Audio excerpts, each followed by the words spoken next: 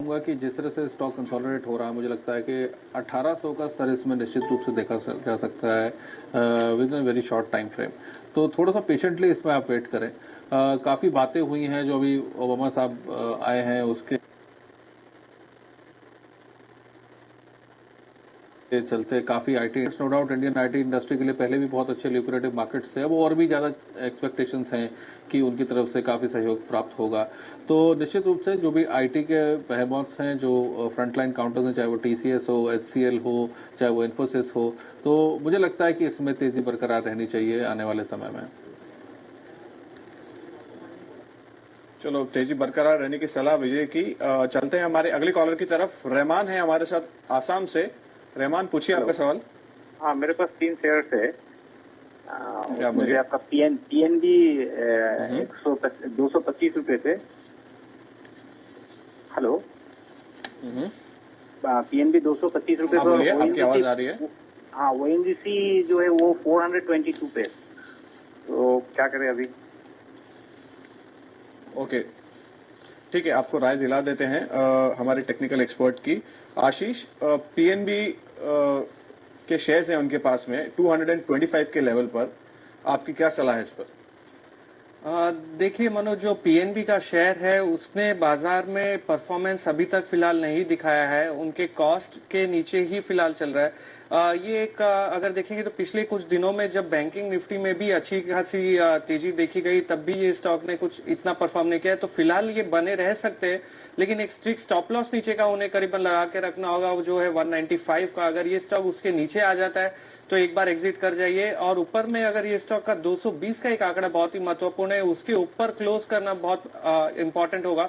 उसके ऊपर अगर जाके क्लोज करता है तो मोमेंटम अपसाइड बन सकता है। तो फिलहाल राय यही है कि बने रहिए, एक स्टॉप के साथ काम करिए, नीचे में करीबन 196 के आसपास का एक स्टॉप लगा के रखिए, और ऊपर में 220 जाने की वेट कर सकते हैं।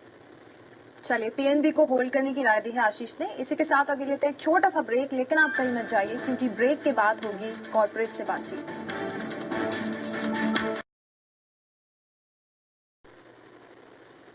Okay, and if the government Okay, would Mr. likely Manikam, to the take country is positive... sitting on a massive amount of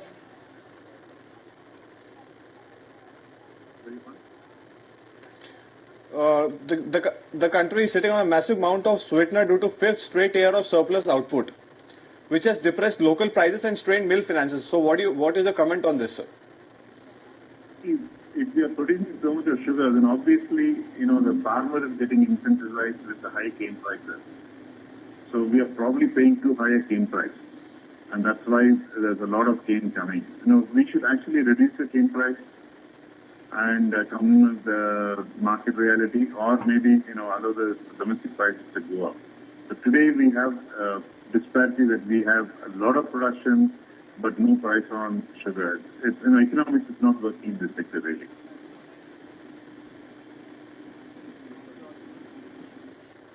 Okay. And Mr. Manikam, if that could be the possibility that the domestic sugar prices could be raised, and for with how much quantum that could be based on? We need at least the domestic prices to go up from the current 26, 27 to 34. If we see the levy issue price is still maintained at 15 rupees. So government of India is subsidizing, or the state governments are subsidizing a lot of sugar into the market. First, that should be withdrawn. We should have a levy issue price to go to 34. At least then people get a signal that it's a realistic price. So, some correction should happen on those sectors rather than giving subsidies. It really doesn't help the industry in the long run. Thank you so much for joining us and speaking on the overall what the industry is demanding. तो ये आपने सुना शक्ति sugar की management जो बातचीत करते हुए, और जो इंडस्ट्री की तरफ से जो लॉन्ग डिमांड है, और आज कैबिनेट में इस पर डिसीजन भी पॉसिबल हो सकता है। क्या कुछ एक्सपेक्टेशंस है इंडस्ट्री की, उस पर भी यहाँ पर फैसला लिया जा सकता है। चलिए, सवाल जवाब का सिलसिला फिर से शुरू करते हैं। हमारे साथ इनफैक्ट एसएमएस के जरिए एक सवाल ले लेते हैं। मिस्टर गर्ग का सवाल है गाजियाबाद से। इमामी पर सवाल पूछा है उन्होंने। 75 शेयर्स है 588 के भाव पर। टाइम हालांकि इन्होंने यहाँ पे मेंशन नहीं करा है। विजय, आपका व्यू लेना चाहूंगी, फंडामेंटल्स कैसे लग रहे हैं आपको इमामी पे? देखिए मैम, इमामी अगर आप एफएमसीजी स्पेस में देखें तो काफ़ी बहुत अच्छा खिलाड़ी रहा है और जो उनके प्रोडक्ट्स रहे हैं, चाहे वो बोरो प्लस हो या पूरी रेंज हो उनकी जो कि इन्होंने डेवलप की है, जिसका डिस्ट्रीब्यूशन रीच है बहुत ही फैंटास्टिक है। तो मेरे हिसाब से एक लॉन्ग टर्म पर्सपेक्टिव से इसको रखा जा सकता है। अच्छा कस्टमर बेस है, अच्छा डिस्ट्रीब्यूशन नेटवर्क है और अगर कोई जल्दी नहीं है स्टॉक को बेचने की तो निश्चित रूप से एक अच्छा पिक है and can be held on to with a long term perspective. मेरे हिसाब से करीब करीब 1200 रुपये का इसका स्तर ज़रूर टच करना चाहिए अगर कुछ 6 से 12 महीने तक इसको होल्ड करता है तो।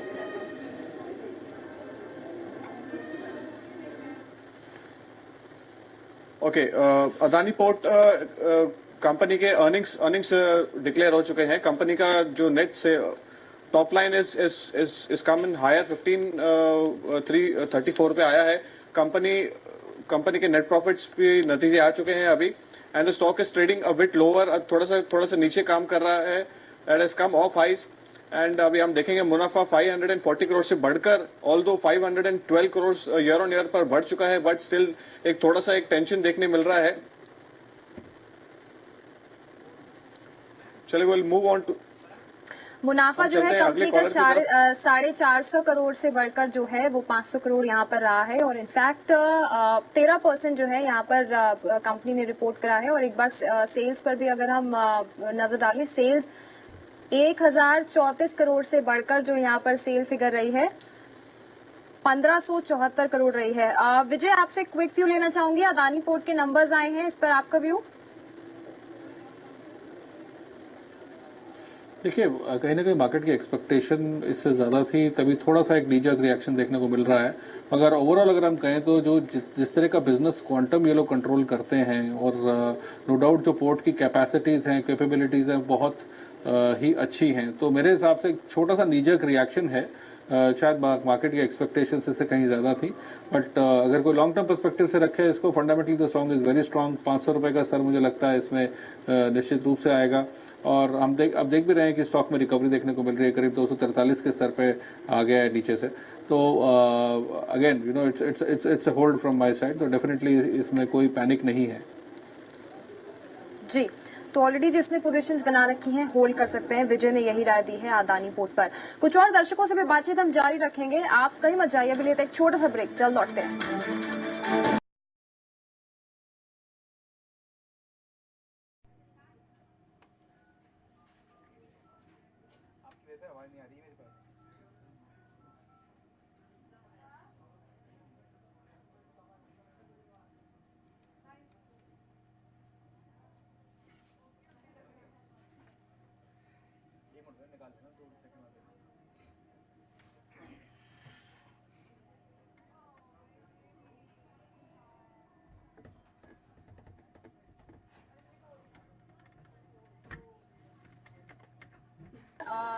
सर गुड आफ्टरनून और स्वागत है आपका कार्यक्रम में।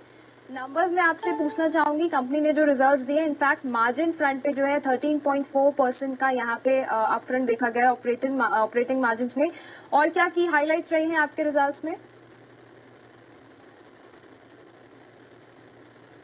हमारा तो डायरेक्टली मतलब इकोनॉमी के ऊपर डिपेंड होता है। सो अगर इकोनॉमी अच्छी तरह से पिकअप होएगा तो we still have some spare capacity available, तो उसका ऑपरेटिंग लिवरेज का बेनिफिट तो हमें मिलेगा ही। Other than that as of now तो पॉजिटिव सेंटिमेंट्स चल रहे हैं, लेकिन अभी तक मतलब बिजनेस ग्राउंड रियलिटी पे अभी इंप्रूव होना इन अ बिग वे अभी भी बाकी है। Of course automotive, having said that, reasonably it is steady. Industrial market हमारा 50% of our business is actually industrial market, तो वो अभी पिकअप होने के अभी भी मतलब साइंस पूरी तरह से नहीं दिख रहे। कॉन्फिडेंस लेवल अच्छा है, जिनके साथ हम बात करते हैं तो सब लोग ऑप्टिमिस्टिक हैं फ्यूचर के बारे में, लेकिन अभी ऑर्डर्स का मतलब अभी ग्राउंड लेवल पे इतना चेंज नहीं हुआ। Mister Mouli, second question to you is, आपका फ्यूचर बिजनेस प्लान्स क्या है?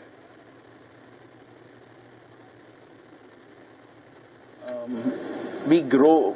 Our intention is to grow in all our segments that we serve in. So automotive, industrial में तो हमारे मतलब exposure is to a very wide range of industries, almost 15-20 industries में हमारा exposure है. So I mean bearings are required basically, कहीं भी जिधर rotation है तो bearings लगते ही हैं. So going forward, our aim is to grow in all the segments profitably. So that is what we are looking.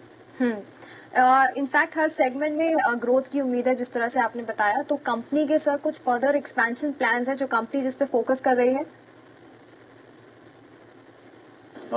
Greenfield तो नहीं, हमारे पास एनफ साइट्स हैं, हमारे पास 3 फैक्ट्रीज है, तीनों में लैंड की हमें कमी नहीं है। अभी जो एक्सपेंशन होंगे वो ब्राउन फील्ड होंगे, so we will set up capacity in the existing place. Sir, you are in a virtual monopoly market. What is your strategy going forward?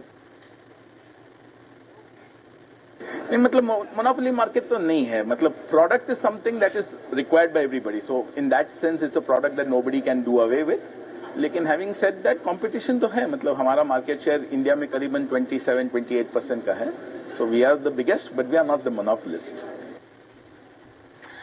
शुक्रिया सर आपका बहुत बहुत जी बिजनेस को समय देने के लिए और एक्सक्लूसिव बातचीत करने के लिए। तो ये आपने सुना एसकेएफ इंडिया के मैनेजमेंट जिन्होंने नंबर्स पर बातचीत करी और क्या कुछ उनके एक्सपेंशन प्लान्स हैं। इनफैक्ट मार्केट शेयर पे भी उन्होंने बताया इंडिया में 27% उनका मार्केट शेयर है। शेयर पर आप देख सकते हैं करीबन 3.5% बढ़त के साथ कामकाज कर रहा है एसकेएफ इंडिया।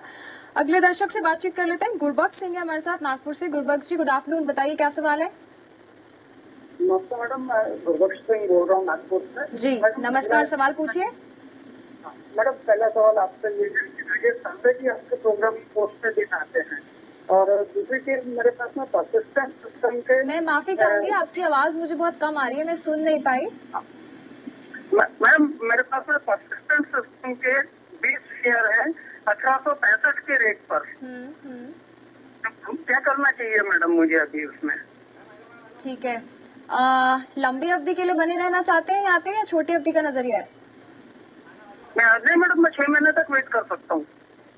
ठीक है, 6 महीने का नजरिया। आशीष आपसे लूंगी, परसिस्टेंट सिस्टम पर इनका सवाल है। 6 महीने के लिए बने रह सकते हैं। टेक्निकली कैसा लग रहा है आपको ये चार्ट्स पर?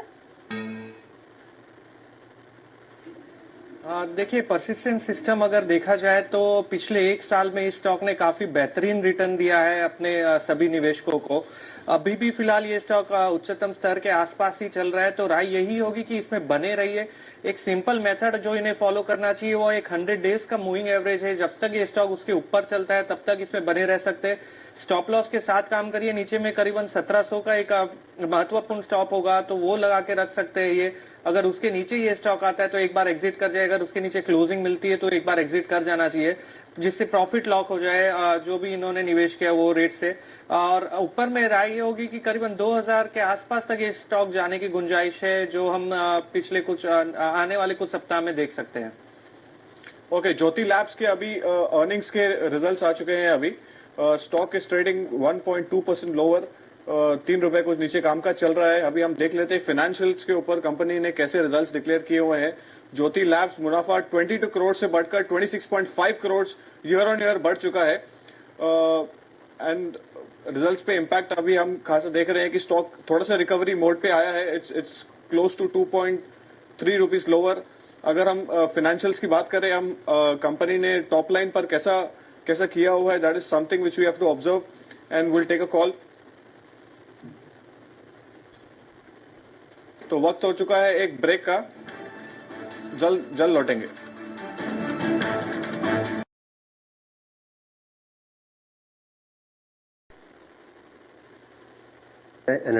एनर्जी सिक्योरिटी पे मुझे लगता है कि अगर ये civil agreement, nuclear civil agreement अगर ये आगे जाके बढ़ती है, इसमें बढ़ोतरी आती है, तो आप देखेंगे कि 3, 5, 7 साल में जब नए न्यूक्लियर एनर्जी प्लांट्स लगेंगे तो उससे एक सस्टेनेबल सोर्स बनती है, एक सेफ सोर्स बनती है।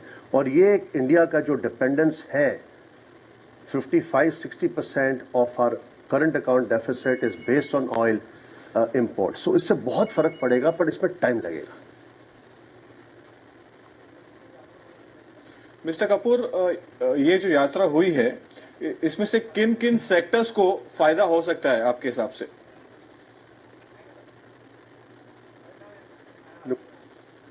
देखिए, डिफेंस में तो एक बहुत अच्छी एक सनराइज अपॉर्चुनिटी है और ये बड़ा मैन्युफैक्चरिंग इंटेंसिव सेक्टर है। सो मेक इन इंडिया में इसमें आगे जाके प्रगति आनी चाहिए। इसके साथ साथ रिन्यूएबल एनर्जी में एक बड़ा एक फोकस की स्ट्रैटेजी बनी है, खासकर विंड एनर्जी में, सोलर प्लांट्स में और उसके साथ साथ वेस्ट एनर्जी में।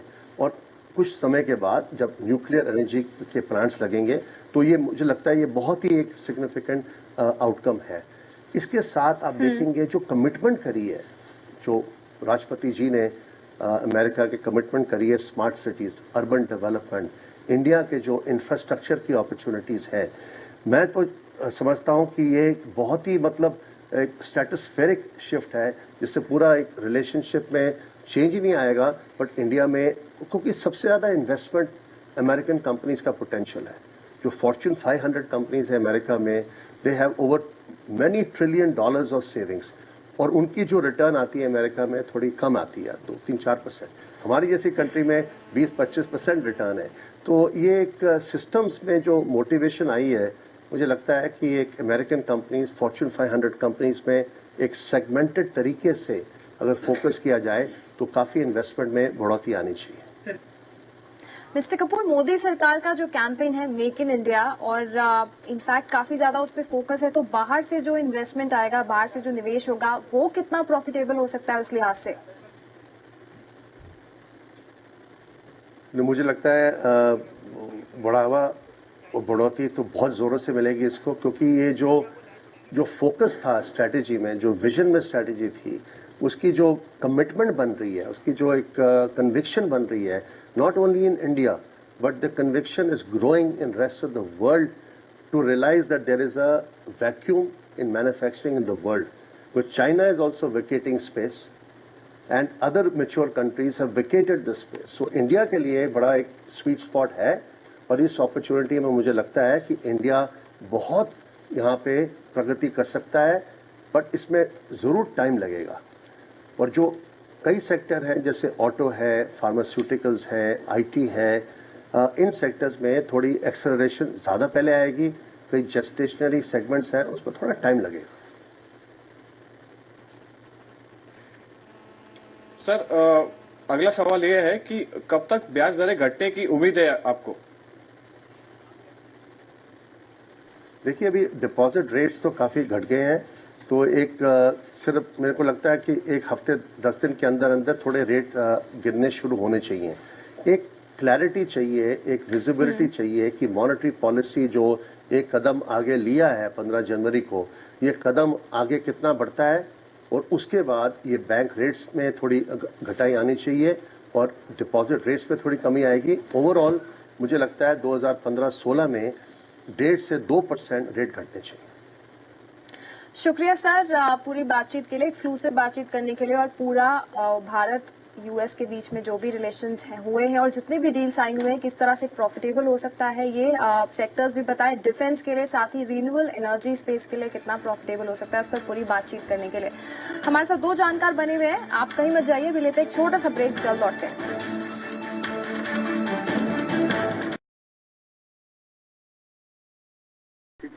के तो मैं इसमें बने रहूं या निकल जाऊं? आपने कितने शेयर्स हैं और आपने कितने रेट पे लिए हुए हैं? 167 पे 1000 शेयर्स हैं। Okay, Anil Agarwal at Vedanta resources की एक कंपनी है, आपका क्या राय है आशीष जी इसके ऊपर? देखिए, अगर पूरा एक कमोडिटी स्पेस अगर देखा जाए तो वो एक कंसोलिडेशन से या करेक्शन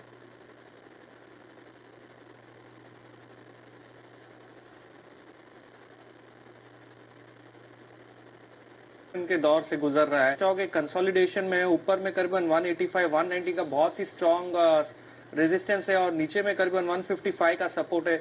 तो ये कंसोलिडेशन से गुजर रहा है, यहाँ पर कोई डायरेक्शन या ब्रेकआउट नहीं आया है। फिलहाल राय यही होगी कि अगर इन्होंने निवेश कर रखा है तो एक स्ट्रिक्ट स्टॉप लॉस नीचे में करीबन 155 का लगा के रखिए।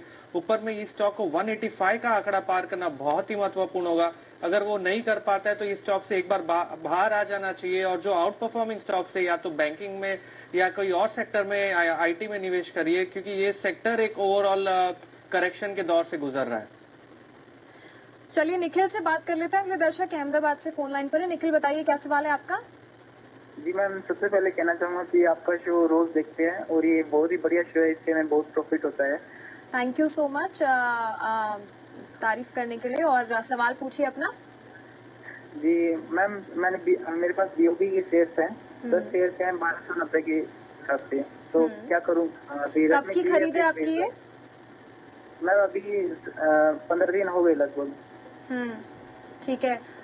इनफैक्ट स्टॉक स्प्लिट होने के बाद ये जो एडजस्टेड वैल्यू है उस पर ट्रेड कर रहा है, ये 224 पर ट्रेड कर रहा है। आशीष, आपसे टेक्निकल व्यू लेना चाहूंगी बैंक ऑफ बड़ौदा पर, क्या राय है आपकी? देखिए, ओवरऑल बैंकिंग स्पेस में देखें तो काफी अच्छा मोमेंटम बना हुआ है। जो ये पिछले 14 दिन की रैली देखी गई है लोअर लेवल से करीबन 8,100 से, तो उसमें पूरा पार्टिसिपेशन जो देखा गया है वो बैंकिंग स्पेस में से है। तो राय यही होगी कि इसमें ये बने रह सकते हैं। अभी ये स्टॉक स्प्लिट हुआ है तो यहाँ से ऊपर जाने की गुंजाइश अभी भी है। टेक्निकली स्टॉक पॉजिटिव है, मोमेंटम अच्छा है इस स्टॉक में। इसमें नीचे में करीबन स्टॉप लॉस इन्हें लगा के रखना होगा 205 रुपए का, ऊपर में 240 से 45 का लेवल इस स्टॉक में देख पाएंगे, जहां ये पार्शियल प्रॉफिट बुकिंग कर सकते हैं। और रिमेनिंग पोजीशन के लिए एक ट्रेलिंग मेथड फॉलो करना चाहिए इन्हें, जिससे अगर ट्रेंड ऊपर में बरकरार रहता है तो ये बने रहे उसमें। चलिए, बने रहने की सलाह है, आशीष ने यही आपको सलाह दी है बैंक ऑफ बड़ौदा में। अभी लेते हैं एक छोटा सा ब्रेक, लेकिन आपको बता दें आप भी हिस्सा बन सकते हैं शो का। आप मिड कैप लिखके अपना सवाल भेज सकते हैं 57575 पर। साथ ही हमारे दोनों फोन नंबर्स ओपन है 1800180345, 012042582237, इन दोनों पर कॉल कर सकते हैं। लेकिन उससे पहले आपको बता दें स्मार्ट इन्वेस्टर सीरीज का, जो कि आपके शहर इंदौर में है राउंड फरवरी 13 को, और उसमें आप हिस्सा लेने के लिए आप उसमें इंदौर लिखकर पार्टिसिपेट कर सकते हैं। इंदौर लिखकर SMS करिए 57575 पर।